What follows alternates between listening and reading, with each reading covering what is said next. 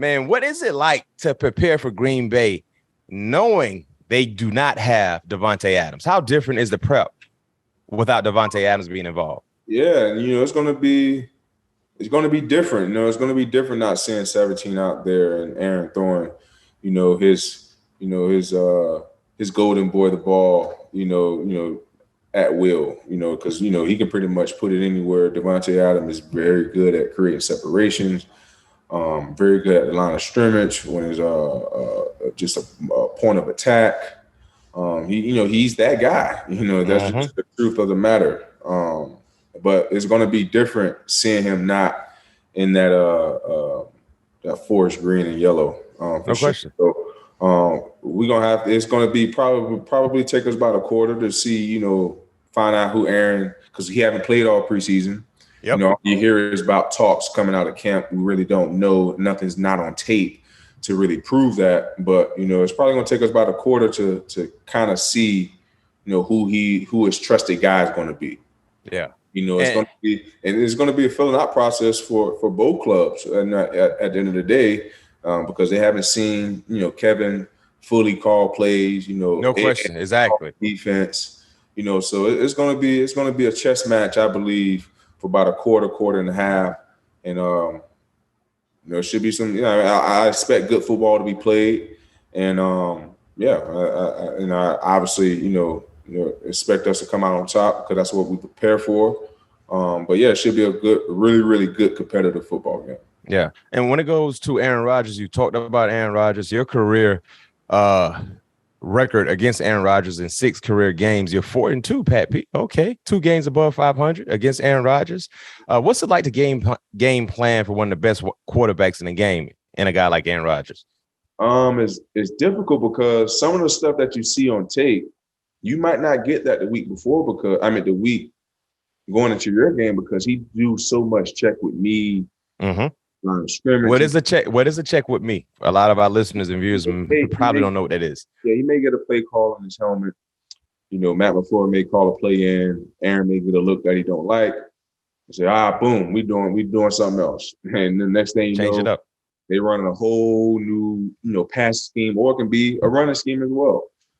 So that's where the chess match come into play, but at the same time, every team have tendencies.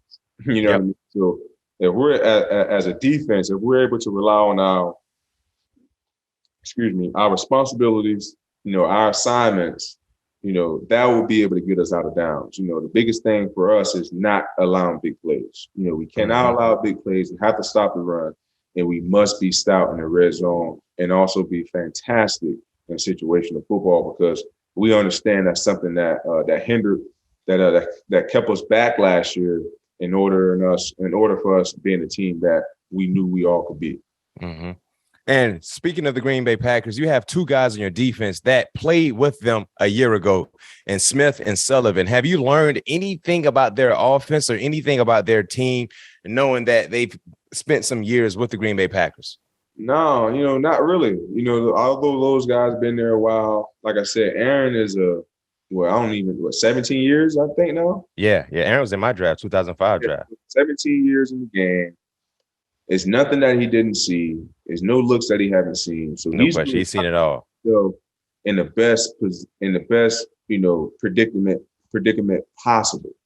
So it's possibly no keys that we can possibly get because it's probably already 2 plays or coming into the huddle anyway, or he might have changed up his code word or, things like that. We know signals and all of that may stay the same, but that only comes down to 3rd down, 2 minutes. If Aaron sees a different cover, he may give us a certain signal to a certain receiver. Pretty much that would stay the same, but far as the plays and the different audibles that may happen. Now we haven't picked up on anything from those guys yet, but at the end of the day, it's going to come down to us executing the calls. All 11 guys on the same page at all times. And when we was able to beat them, when I was able to get some victories against them, that's what happened. Rutgers rushing, not losing gap integrity. Guys understanding, he still is elusive enough to buy extra time. So make sure that you're plastering your coverage on the back end.